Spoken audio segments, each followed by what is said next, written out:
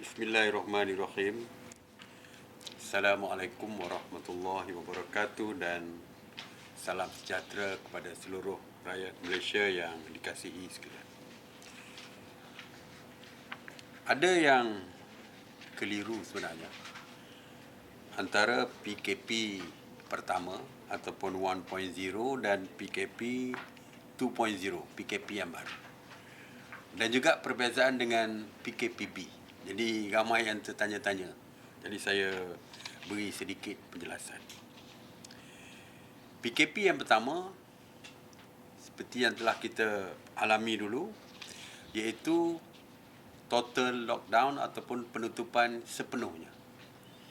Kita dikehendaki duduk di rumah, tidak boleh keluar, tiada sektor perniagaan dan ekonomi dibuka, malah tidak ada sektor sosial dibuka. Jadi semua sekali adalah ditutup. Manakala PKP 2.0 adalah kita menghalang pergerakan, tiada pergerakan rentas daerah dan rentas negeri. Walaupun kita memberi sedikit kelonggaran, iaitu membuka sektor ekonomi khususnya yang berkaitan dengan mikroekonomi ataupun yang berkaitan dengan peniaga-peniaga kecil ini. Yang tujuan dia adalah untuk memberikan ruang kepada peniaga-peniaga kecil untuk mencari rezeki bagi menampung kehidupan mereka. Jadi itu PKP 2. Dan satu lagi ialah kita tidak membuka sektor ataupun aktiviti sosial. Bezanya, PKP 1 tutup semua, PKP 2 kita buka, tetapi ekonomi kita buka, itu pun tidaklah sepenuhnya, dan kita tidak membuka ekonomi sosial, pada aktiviti sosial. PKPB pula, kita membuka semua sektor ekonomi dan juga sebahagian daripada aktiviti sosial. Cuma kita menetapkan dari segi jumlah kehadiran bagi aktiviti sosial. Sebagai contoh, kalau perjumpaan di dalam dewan misalnya, kita menetapkan jumlah yang tertentu untuk kita hadkan dari segi jumlah ataupun pergerakan itu. Jadi itu antara perbezaan yang jelas di antara PKP 1.0, PKP 2.0 dan PKPB. Jadi semalam ada laporan yang mengatakan apabila kita mengumumkan PKP 2.0 ini pada 4 hari bulan bermulanya, tidak ada satu perancangan ataupun strategi daripada kerajaan untuk memerangi COVID-19 ini. Sedangkan pada hari Selasa yang lepas, saya telah pun mengumumkan bahawa terdapat 2 pelan strategik, iaitu di bawah KKM, Kementerian Kesihatan, ada 5 pelan strategik di bawah KKM, manakala terdapat 10 pelan strategik yang dikemukakan oleh MKN. Dah ada. Bukan tidak ada. Ada satu media cetak yang saya baca pagi ini mengatakan tidak ada plan oleh kerajaan apabila mengumumkan PKP 2 ini. Sebenarnya ada 15 plan dengan berbeza, iaitu 5 plan daripada KKM dan 10 plan daripada MKN. Saya percaya KKM akan mendetailkan apa yang dibentangkan. Apabila angka positif COVID-19 meningkat dan mencatatkan 4 angka, ramai yang menganggap kita telah gagal di dalam menyelesaikan isu pandemik ini. Kita pernah berjaya satu ketika dulu, dan saya kira kita masih belum gagal. Ini terbukti melalui hasil kajian yang dilakukan oleh Lowy Institute iaitu sebuah badan pemikir berpusat di Sydney, Australia, terhadap Malaysia berkenaan kecekapan menguruskan COVID-19. Malaysia berada di kedudukan ke-16 daripada 98 buah negara, iaitu mengatasi beberapa negara terkemuka di Asia, antaranya Jepun dan Korea Selatan, dengan skor yang diberikan adalah sebanyak 71%. Hari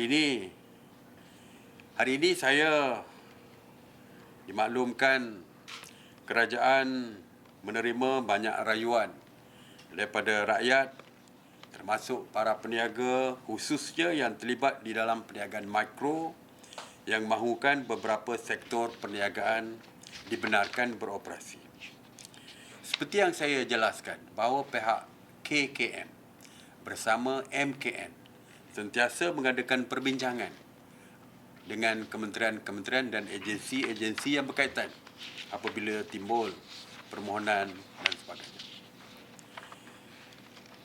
Apabila setelah dinilai dari segi risiko, dari segi setelah membuat penilaian risiko dan setelah menilai dari segi jumlah kluster yang dihasilkan oleh satu-satu sektor tersebut, maka kerajaan membuat keputusan. Itu pun setelah mendengar pandangan daripada semua pihak. Mesyuarat hari ini mendengar rayuan yang dikemukakan oleh 3 sektor, 3 aktiviti perniagaan, iaitu pasar malam, kedai gunting rambut dan juga pusat cuci kereta.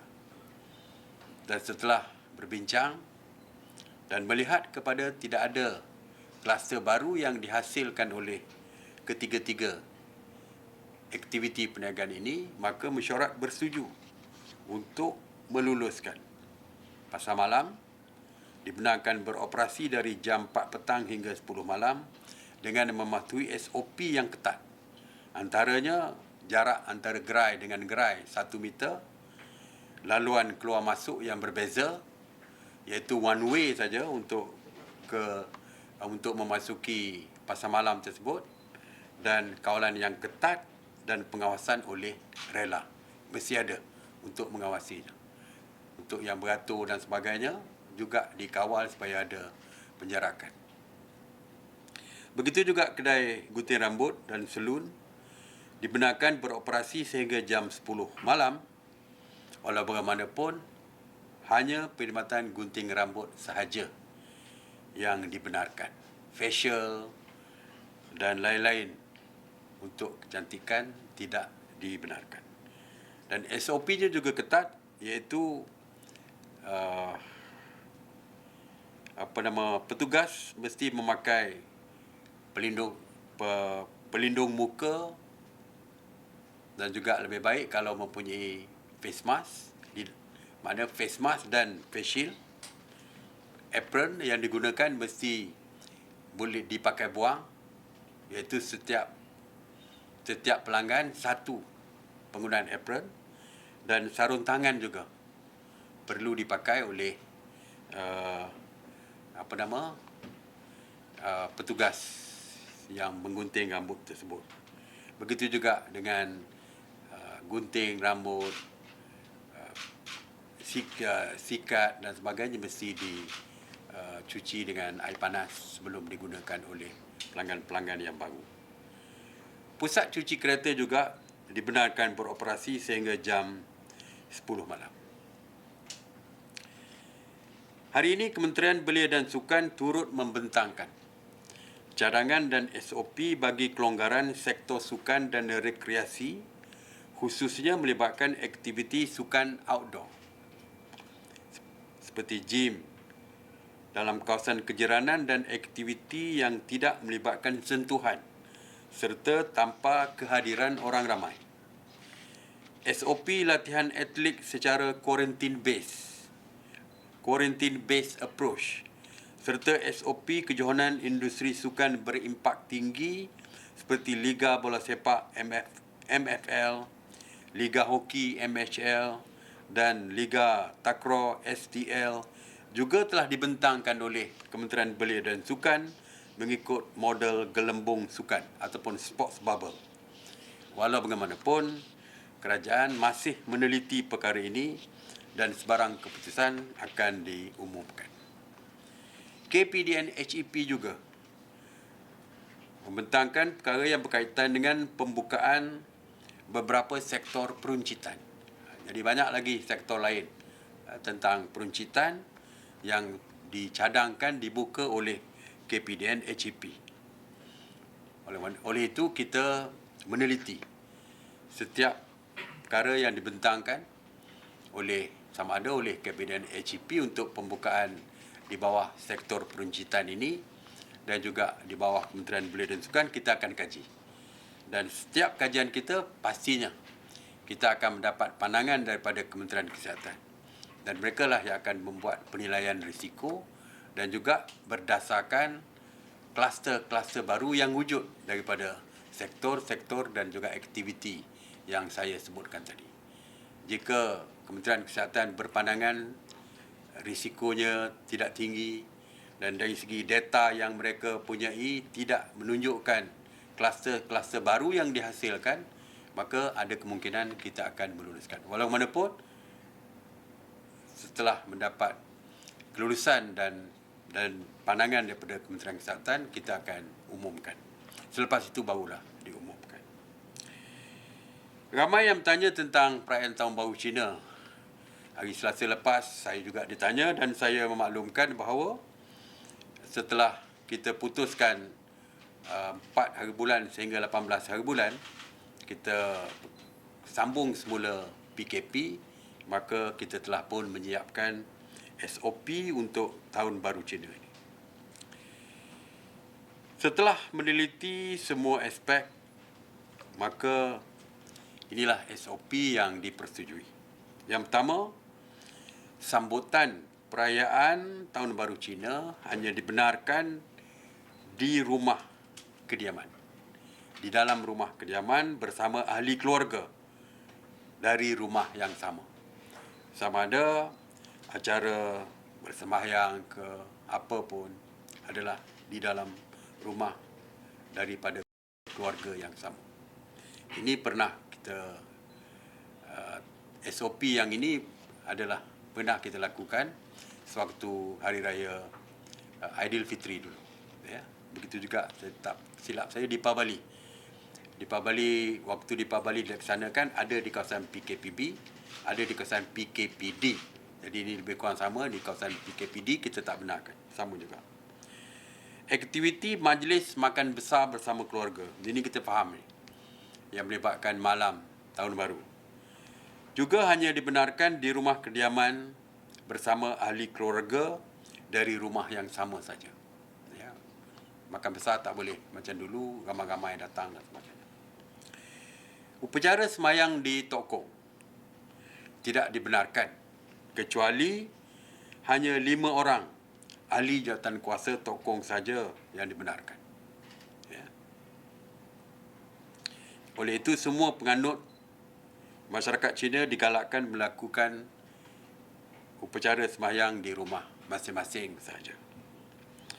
Aktiviti persembahan dan kebudayaan seperti biasa tahun-tahun baru Cina, berbagai-bagai aktiviti kebudayaan dan persembahan dilaksanakan seperti persembahan tarian singa, tarian naga, perarakan tanglung, perarakan cinggir dan persembahan opera Cina dan pertunjukan pentas juga tidak dibenarkan sama sekali.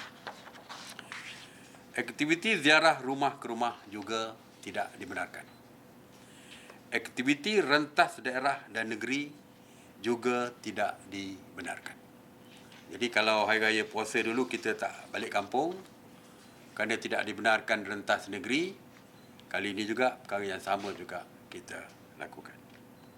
Walau manapun untuk negeri Sarawak, kita serahkan kepada Kerajaan Negeri Sarawak untuk mengumumkan kerana Sarawak ada yang PKP, ada yang PKPB. Jadi kita serahkan kepada Sarawak.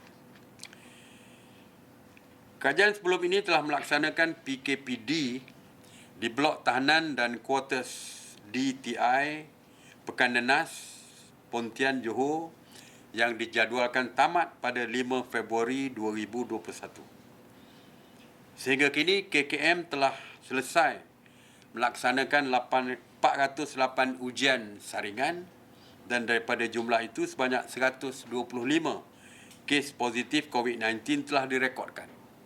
Walau bagaimanapun, semua kes positif yang dirawat di PKRC akan didischarge hari ini dan tiada lagi sampel saringan menunggu keputusan. Oleh itu, kerajaan bersetuju untuk menamatkan PKPD di blok tahanan dan kuartus DTI Pekan Nenas, Pontian, Johor pada hari ini, 4 Februari 2021, iaitu lebih awal daripada tarikh yang dijadualkan. Seperti biasa, saya akan sebut secara ringkas mengenai Task Force Operasi Pematuhan dan lain-lain. Semalam, 4,999 pasukan Task Force Operasi Pematuhan PDRM yang terdiri daripada 14,490 anggota telah melakukan 66,526 pemeriksaan di seluruh negara di dalam menguatkuasakan pematuhan SOP. Semalam PDRM telah menahan 731 individu di atas kesalahan engkar arahan SOP. Daripada jumlah itu, 709 telah dikompaun, 19 individu direman manakala 3 lagi dijamin. Antara kesalahannya seperti biasa, tidak memakai pelitup muka, tiada penjarakan sosial dan lain-lain perkara yang sama berlaku. Jadi bermakna walaupun secara keseluruhannya seluruh rakyat patuh, tetapi masih ada lagi yang gagal untuk mematuhi SOP yang ditetapkan oleh kerajaan. Kalau kita lihat hari ini, kesnya bertambah, iaitu 709 kompaun. 731 individu didapati engkar arahan SOP. Seperti yang saya sebutkan bahawa sebelum ini, pihak PDRM tidak lagi berkompromi terhadap kesalahan-kesalahan yang dilakukan. Mereka mungkin tidak lagi memberikan nasihat, tetapi terus mengambil tindakan, dan pihak polis boleh mengambil tindakan di lapangan. Jadi sebab itulah saya berharap supaya patuhlah kepada SOP supaya tidak diambil tindakan oleh pihak polis yang mengawal dan memantau pematuhan SOP ini. Mengenai kawalan sempadan negara oleh yang di bawah Ops Benteng, semalam mereka telah menahan 20 parti, 1 tekong serta merampas 14 buah kenderaan darat dalam operasi yang diadakan di seluruh negara. Dalam operasi ini juga 112 bot atau kapal telah dikesan di perairan negara. Manakala Sekatan Jalan Raya SJR Ops Benteng, semalam sebanyak 537 SJR Ops Benteng dilaksanakan di seluruh negara. Mengenai Ops Sanitasi Awam, ianya berterusan. Ya, sanitasi di tempat-tempat awam masih lagi diteruskan. Semalam sebanyak 72 Ops sanitasi telah dilaksanakan di seluruh negara yang merangkumi 40 zon merah, 3 zon jingga, 3 zon kuning dan 1 zon hijau. Mengenai kuarantin wajib, saya nak maklumkan semalam seramai 465 individu tiba di semua pintu masuk antarabangsa. Dan secara kumulatif, mulai 24 Julai sehingga 3 Februari 2021, seramai 116,252 individu pulang ke tanah air, yang mana 8,275 sedang menjalani kuarantin wajib di 75 hotel dan 14 premis lain. Seramai 482 individu telah dihantar ke hospital, manakala 107,495 individu dibenarkan pulang. Mengenai tapak binaan, semalam penguatkuasa CIDB membuat 66 pemeriksaan tapak bangunan di seluruh tapak binaan di seluruh negara dan mendapati 58 tapak binaan beroperasi, manakala 8 lagi tidak beroperasi. Hasil pemeriksaan mendapati 57 tapak binaan mematuhi SOP, manakala 1 lagi tidak patuh SOP. Mengenai saringan wajib pekerja asing, semalam seramai 6,893 warga asing telah menjalani ujian saringan COVID-19 dan daripada jumlah itu 78 didapati positif COVID-19.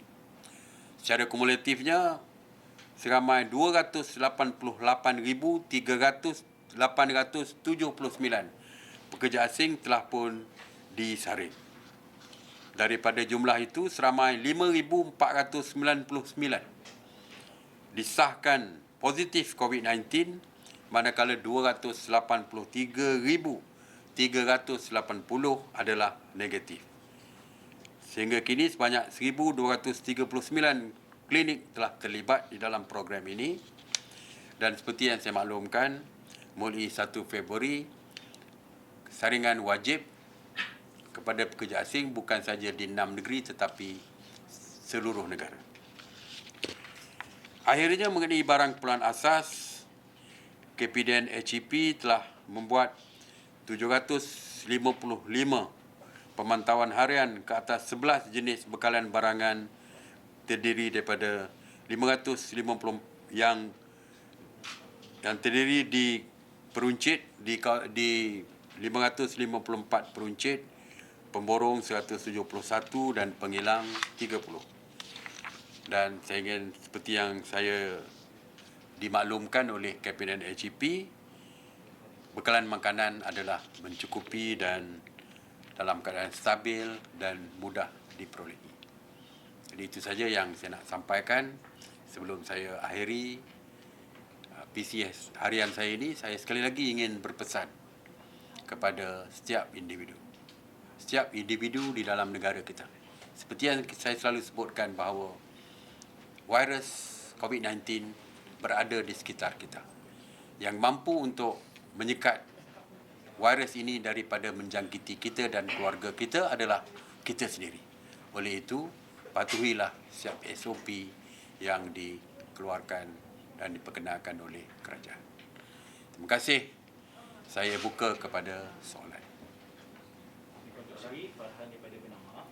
Soalan saya berkenaan dengan pengumuman sebentar tadi, pengumuman pasar malam, kedai gunting rambut dan car wash. Kebenaran ini akan berkuasa serta-merta atau tidak? Dan untuk pasar malam, adakah ada had jumlah pengunjung untuk satu masa? Sebab macam dekat Giant pun mereka menghadkan jumlah pengunjung yang akan jadi. Untuk pasar malam, adakah akan disahkan? Betul ke?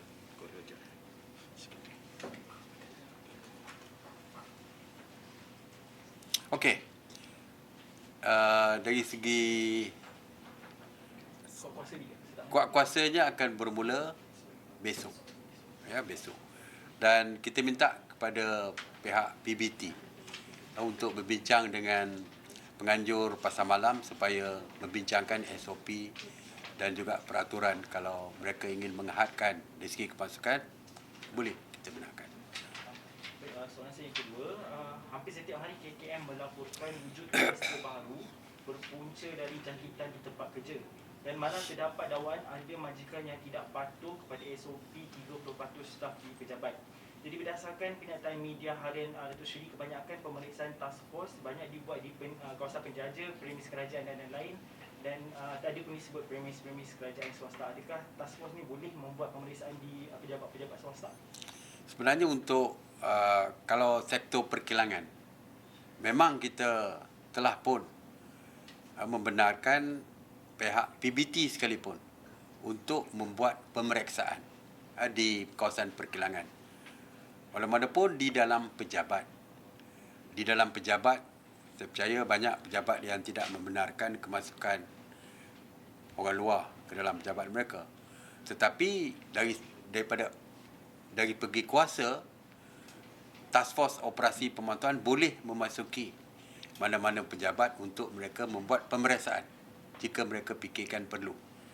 Walaupun mana pun saya percaya di pejabat sebagainya, pejabat swasta atau kerajaan sekalipun, kita telah pun menetapkan SOP untuk pejabat mereka. Mereka setiap pejabat ada SOP dia. Jadi saya harap tak perlulah sehingga Task Force Operasi Pemantauan memasuki pejabat mereka kerana mereka boleh memantau dari segi pemantauan untuk keselamatan pekerja-pekerja mereka. Tapi daripada kilang dan sebagainya, memang Task Force Operasi Pemantauan sentiasa memantau dan seperti kita katakan bahawa kita telah pun membenarkan, mesyuarat telah pun membenarkan PBT untuk mengawal pejabat-pejabat untuk memantau dan memeriksa kawasan perkilangan. Malah keputusan kita yang baru, kita juga ingin memperluaskan kepada rela untuk membuat pemantauan dan pemeriksaan. Ya.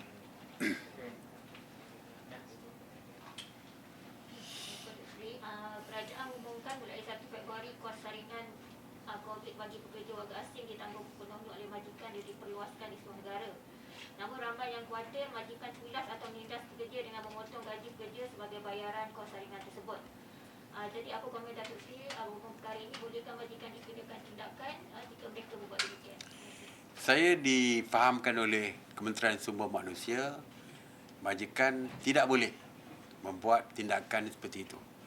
Dan saya juga difahamkan ada, mungkin ramai seperti yang dikatakan tadi, mungkin ramai yang tidak mahu membayar bagi pihak pekerja mereka.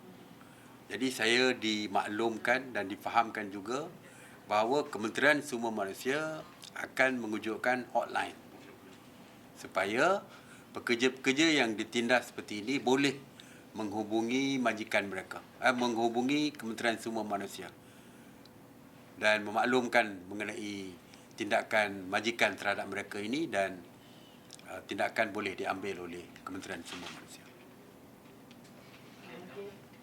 Assalamualaikum Datuk Seri, saya Malia, Berita RTM. Soalan saya ialah ramai pihak menyuarakan cadangan agar kerajaan menutup sementara sektor pembinaan dan perkilangan susulan kebanyakan kluster dan kes baru adalah disumbang daripada kluster pembinaan. Adakah MKN akan mengkaji dan meneliti perkara ini? Sebenarnya sekarang ni kita menutup apabila terdapat kes di tapak binaan tersebut. Dah banyak tapak binaan ditutup. Itu hari tapak binaan di Damansara tutup kerana menyumbang kepada kes COVID positif. Bukan saja tapak binaan, kilang pun kita tutup. Ya. Dua lagi perkara yang proaktif yang dilakukan oleh kerajaan. Yang pertamanya adalah untuk membuat swab test kepada setiap pekerja di tapak binaan ataupun kilang.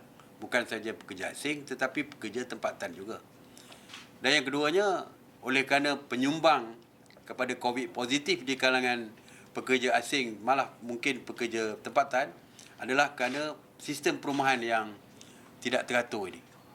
Dan kerajaan telah pun membuat keputusan bahawa di bawah Akta 446 mereka mesti menyediakan rumah yang teratur. Dan perkara ini sedang dilakukan dan saya difahamkan kemungkinan akan ada pindaan dan juga ordinan darurat untuk memberikan tempoh kepada majikan-majikan menyediakan perumahan yang baik untuk kerja mereka.